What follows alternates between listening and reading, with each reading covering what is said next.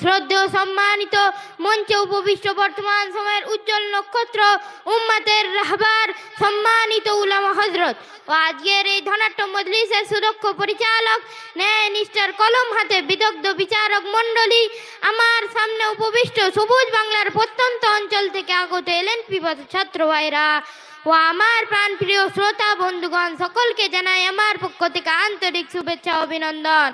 প্রিয় উপস্থিতি, আজকে আমার আলোচনার নির্ধারিত টপিক হলো ইসলামিক সভ্যতা।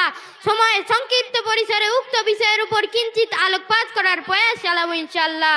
প্রিয় উপস্থিতি, আজ যখন সারা বিশ্বে সমাজ ব্যবস্থা এবং মানবতার মূল্যে কুঠারাঘাত হানছে, ইন্নাল কুওয়াতা লিল্লাহি জামিআর বলিষ্ঠ আহ্বান এবং মাদিনা সনদ ভিত্তিক রাষ্ট্র ব্যবস্থাকে উপেক্ষা করে জনগণকে সমস্ত ক্ষমতার উৎস এবং মানবরচিত সমাজ ব্যবস্থাকে উন্নতি সোপান মনে করা হচ্ছে, ঠিক এহেন মুহূর্তে বিশ্ব শান্তি প্রতিষ্ঠায় মহানবী সাল্লাল্লাহু আলাইহি ওয়াসাল্লামের ভূমিকা আলোচনা করা এবং ইসলামিক সভ্যতা সঠিকভাবে জানা বাস্তবিক পক্ষে সময়ের দাবিদার। প্রিয় উপস্থিতি, এই পৃথিবীতে বহু রাষ্ট্র পরিচালক অতিবাহিত হয়েছেন, কিন্তু মহানবী সাল্লাল্লাহু আলাইহি ওয়াসাল্লাম বিশ্ববাসীকে যেই মডেল রাষ্ট্র উপহার দিয়েছেন তা পৃথিবীর ইতিহাসে বিরল। কেননা তিনি এমন এক বিভীষিকাময় অবস্থায় এ দ্বারায় আগমন করেন যখন মানুষের মাঝে মানবতা ও সভ্যতার লেশ মাত্রাও ছিল না। মানব জাতি গগনবিদারী আওয়াজ তুলে চিৎকার করে বলছিল, কেউ কি আছো আমাদেরকে একজন রাহবার দিবে, আমরা মানুষ হয়ে বাঁচতে চাই। কেউ কি আছো আমাদেরকে একজন কান্ডারি দিবে, আমরা শান্তিতে বাঁচতে চাই। ঠিক এহেন মুহূর্তে শান্তির সওগাত ও অশান্তির চূড়ান্ত পতন ঘটিয়ে এ দ্বারার বুকে আগমন করেন বিশ্ব মানবতার মুক্তির দূত রাসূল আরবি সাল্লাল্লাহু আলাইহি ওয়াসাল্লাম এবং প্রতিষ্ঠা করেন তদানীন্তন আরবের মাঝে শান্তিময় রাষ্ট্র ব্যবস্থা। তাই তো দেখা যায় হাঁটি হাঁটি পা পা করে শৈশব কৈশোর পেরিয়ে নবযৌবনে পদার্পণ করে যখন দেখতে পান সমাজের মাঝে অন্যায়, অবিচার, জুলুম, নির্যাতন আরবের লোকগুলোকে প্রায় মানবরূপী পশুতে পরিণত করেছে, তখন নবীজি সাল্লাল্লাহু আলাইহি ওয়াসাল্লাম সমাজ থেকে অন্যায়, অবিচার দূর করার লক্ষ্যে মাত্র 14 বছর বয়সে হিলফুল ফুজুল নামক সেবামূলক সংগঠন প্রতিষ্ঠিত করেন।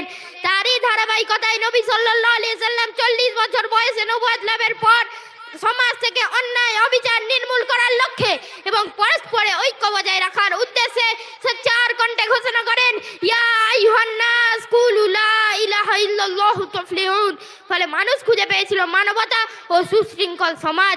সমাজ থেকে শ্রেণী বৈষম্য নির্মূল করার লক্ষ্যে নবী সাল্লাল্লাহু আলাইহি ওয়াসাল্লাম ঘোষণা করেন, ইন্নামাল মুমিনুনা ইখওয়া, আর ঘোষণা করেন আল মুসলিমু আখুল মুসলিম। ফলে মানুষের মাঝে এমন ভ্রাতৃত্ব স্থাপিত হয়েছিল যা পৃথিবীর ইতিহাসে বিরল। শুধু তাই নয়, নবীজি সাল্লাল্লাহু আলাইহি ওয়াসাল্লাম সকলের জীবনের নিরাপত্তার জন্য হদ ও কিসাসের বিধান জারি করে কুরআনের বাণী ঘোষণা করেন, ওয়ালাকুম ফিল কিসাসি হায়াতুন ইয়া উলিল আলবাব। ফলে রাষ্ট্রে পরিণত হয়েছিল নজিরবিহীন নিরাপত্তা ব্যবস্থা। সমাজ থেকে চুরি, ডাকাতি, ছিনতাই, রাহাজানি নির্মূল করার লক্ষ্যে নবী সাল্লাল্লাহু আলাইহি ওয়াসাল্লাম ঘোষণা করেন, ওয়ালাকুম ফিল কিসাসি হায়াতুন ইয়া উলিল আলবাব। ফলে রাষ্ট্রে পরিণত হয়েছিল নজিরবিহীন নিরাপত্তা ব্যবস্থা। নবীজি সাল্লাল্লাহু আলাইহি ওয়াসাল্লাম ব্যবসাকে হালাল এবং সুদকে হারাম করে ঘোষণা করেন, ওয়া হাল্লাল্লাহুল বাইআ ওয়া হাররামার রিবা। শুধু তাই নয়, নবীজি সাল্লাল্লাহু আলাইহি ওয়াসাল্লাম জিনার হদ ও নারীর ইজ্জত রক্ষার্থে কুরআনের বিধান জারি করে ঘোষণা করেন, আয-যানিয়াতু ওয়াজ-যানি ফাজলিদু কুল্লা ওয়াহিদিম মিনহুমা মিয়াতা জালদা। ফলে তৎকালীন যুগে কোনো নারীকে ধর্ষিত হতে শোনা যায়নি, কিন্তু বর্তমান যুগে কিছু প্রগতিবাদীদের বক্তব্য শুনে অবাক হতে হয়। তারা বলে, ইসলামী আইনের কথা বলে কেন আমার বোনকে জিনার হদ লাগাতে হবে? প্রিয় উপস্থিতি, আজ যারা সভ্যতার দাবিদার, নারী জাতি বলি আওরায়, সুস্পষ্ট ভাষায় তাদেরকে বলতে চাই, ইতিহাস ঘেঁটে দেখো, যে এই যুগে নারী হয়ে জন্মানোটাকে পাপ মনে করা হতো, নারী হয়ে জন্মানোর কারণে জীবন্ত পুঁতে ফেলা হতো, নারী হয়ে বেঁচে থাকার ন্যূনতম অধিকার ছিল না। সেই যুগে নবী সাল্লাল্লাহু আলাইহি ওয়াসাল্লাম নারীর ইজ্জতকে সুউচ্চ মাকামে আসীন করে ঘোষণা করেন, আল জান্নাতু তাহতা আকদামিল উম্মাহাত। তাই তো যার রাষ্ট্রনীতিতে মুগ্ধ হয়ে মহাত্মা গান্ধী বলেছিলেন, अगर राष्ट्र में अमानी करना चाहे तो मोहम्मद की हुकूमत इख्तियार करो। प्रिय उपस्थिति, आज যদি আমরা বিশ্বে শান্তি প্রতিষ্ঠা করতে চাই তবে নবী সাল্লাল্লাহু আলাইহি ওয়াসাল্লামকে আইডল মানা ছাড়া বিকল্প কোনো পথ নাই।